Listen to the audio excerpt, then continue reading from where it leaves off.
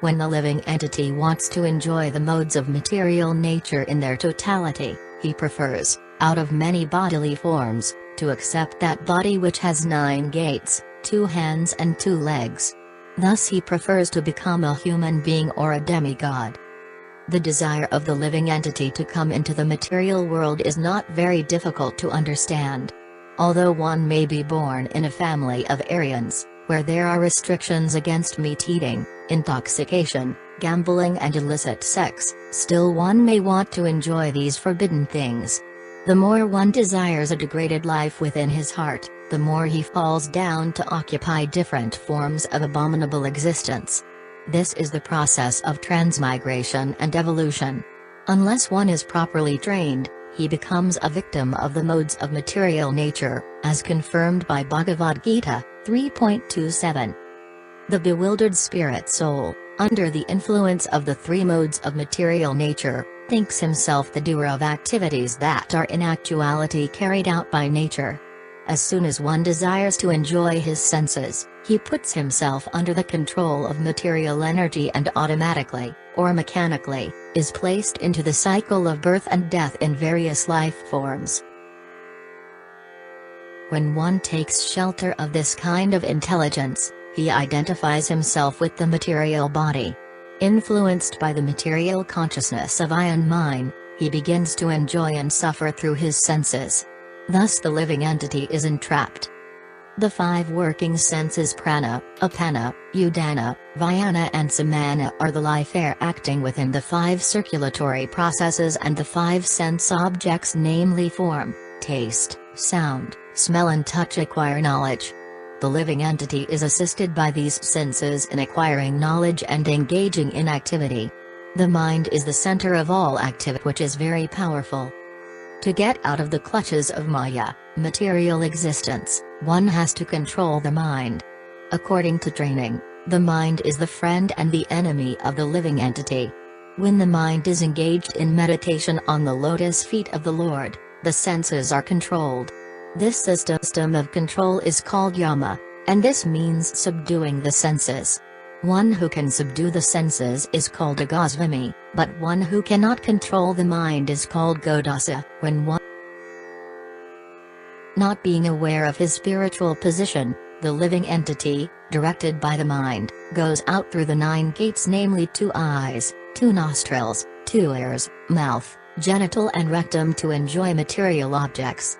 Being placed into a body, the living entity acts externally in the material world and enjoys sense objects like form and taste. The 2 eyes of the living entity are attracted by bright and beautiful forms. They are entangled in these forms, exactly as the insect becomes attracted to fire. Just as the air or wind cannot be checked by anyone, the 2 nostrils, situated in one place, enjoy the sense of smell without impediment. When the tongue is present, the mouth continually tastes all kinds of relishable foodstuffs. The living entity receives different kinds of knowledge by means of 2 ears. When the world becomes degraded, civilization becomes demoniac, and for the common man the rectum and the genital meant for sex are taken very seriously as the center of all activity, which is very pleasing to common men who are simply fools and rascals. Being helped by the hands and legs, the living entity performs all kinds of work and moves hither and thither, not being the mind and intelligence of the living entity in material existence are affected by the modes of material nature, and according to the association of the material modes, the mind is habituated to go here and there. The heart feels satisfaction, jubilation or illusion according to the effects of the modes of material nature. Actually, the living entity in his material condition remains inert. It is the modes of material nature that act on the mind and heart. The results are enjoyed or suffered by the living entity. Intelligence acts both in the dream state and in the waking state, but it is contaminated by the 3 modes of material nature. Since the intelligence is contaminated, the living entity is also contaminated. In the conditioned state, the living entity acts according to his contaminated intelligence. Although he simply remains an observer, he nonetheless acts, being forced by a contaminated intelligence, which in reality is a passive agent. The mind and Human body is like a chariot, the senses are the horses that pull that chariot. As time passes, year after year, these horses run without obstruction, but in fact they make no progress. Pious and impious activities are the two wheels of the chariot. The three modes of material nature are the chariot's flags. The five types of life air constitute the living entity's bondage, and the mind is considered to be the rope. Intelligence is the chariot driver. The heart is the sitting place in the chariot, and the dualities of life, such as pleasure and pain, are the knotting place. The seven elements are the coverings of the chariot, and the working senses are the five external processes. Being engrossed in sense enjoyment, the living entity, seated on the chariot, hankers after fulfillment of his false desires and runs after sense enjoyment life after life. Everyone is planning for future happiness, thinking that somehow or other, if he can reach a certain point, he will be happy. In actuality, however, when he comes to that point, he sees that there is no happiness. He then plans to go further and further to another point. This is called Mrigatrisna, and its basis is sense enjoyment in this material world. The body's lifespan is gradually reduced by the passage of days and nights. Human encaged within the body, the living being accepts old age, just before death. Before going to the place of Yamaraja, the living entity accepts Jara, old age, the sister of Yamaraja. One is subjected to the influence of Yavanaraja and his sister due to impious activity. Those who are in Krishna consciousness and are engaged in devotional service are not subjected to the influence of Yamaraja, death, and his sister Jara, old age. If one is Krishna conscious, he conquers death. After leaving the material body, he does not accept another body that is material but returns home, back to Godhead. The living entity lying down within the body is disturbed by many tribulations pertaining to providence, to other living entities and to his own body and mind.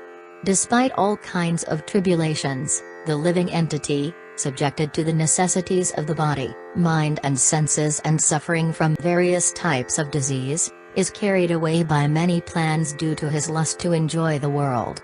Although transcendental to this material existence, the living entity, out of ignorance, accepts all these material miseries under the pretext of false egoism, I and mine. In this way he lives for 100 years within this body, encaged with. Because of the body, he suffers thirst and hunger and is influenced by the mind, by words, by anger, by the belly, by the genitals, by the rectum, and so on. Manifold miseries encircle the transcendental living entity simply because he desires to satisfy his senses in this material world. If he simply withdraws from activities of sense gratification and applies his senses in the service of the Lord, all the problems of material existence will immediately diminish, and with the advancement of Krishna consciousness, he will be freed from all tribulation and, after giving up the body, will return home, back to Godhead. The living entity by nature has minute independence to choose his own good or bad fortune, but when he forgets his Supreme Master, the personality of Godhead, he gives himself up unto the modes of material nature. Being influenced by the modes of material nature, he identifies himself with the body and, for the interest of the body, becomes attached to various activities. Sometimes he is under the influence of the mode of ignorance, sometimes the mode of passion and sometimes the mode of goodness. The living entity thus gets different types of bodies under the modes of material nature. Those who are situated in the mode of goodness act piously according to Vedic injunctions. Thus they are elevated to the higher planetary systems where the demigods live. Those who are influenced by the mode of passion engage in various types of productive activities in the planetary systems where human beings live. Similarly, those influenced by the mode of darkness are subjected to various types of misery and live in the animal kingdom, because of the body. The living entities are trying to counteract different miserable conditions pertaining to providence, other living entities or the body and mind. Still, they must remain conditioned by the laws of nature, despite all attempts to counter these laws. Our material existence is due to our ignorance and illusion. For the ultimate solution to all problems, we must awaken to Krishna consciousness. The real interest of the living entity is to get out of the nescience that causes him to endure repeated birth and death. The only remedy is to surrender unto the Supreme Personality of Godhead through his representative. Unless one renders devotion service unto the Supreme Personality of Godhead, Vasudeva, one cannot possibly become completely detached from this material world, nor can he possibly manifest real knowledge. In the place where pure devotees live, following the rules and regulations and thus purely conscious and engaged with great eagerness in hearing and chanting the glories of the Supreme Personality of Godhead, in that place if one gets a chance to hear their constant flow of nectar, which is exactly like the waves of a river, one will forget the necessities of life, namely hunger and thirst, and become immune to all kinds of fear, lamentation and illusion.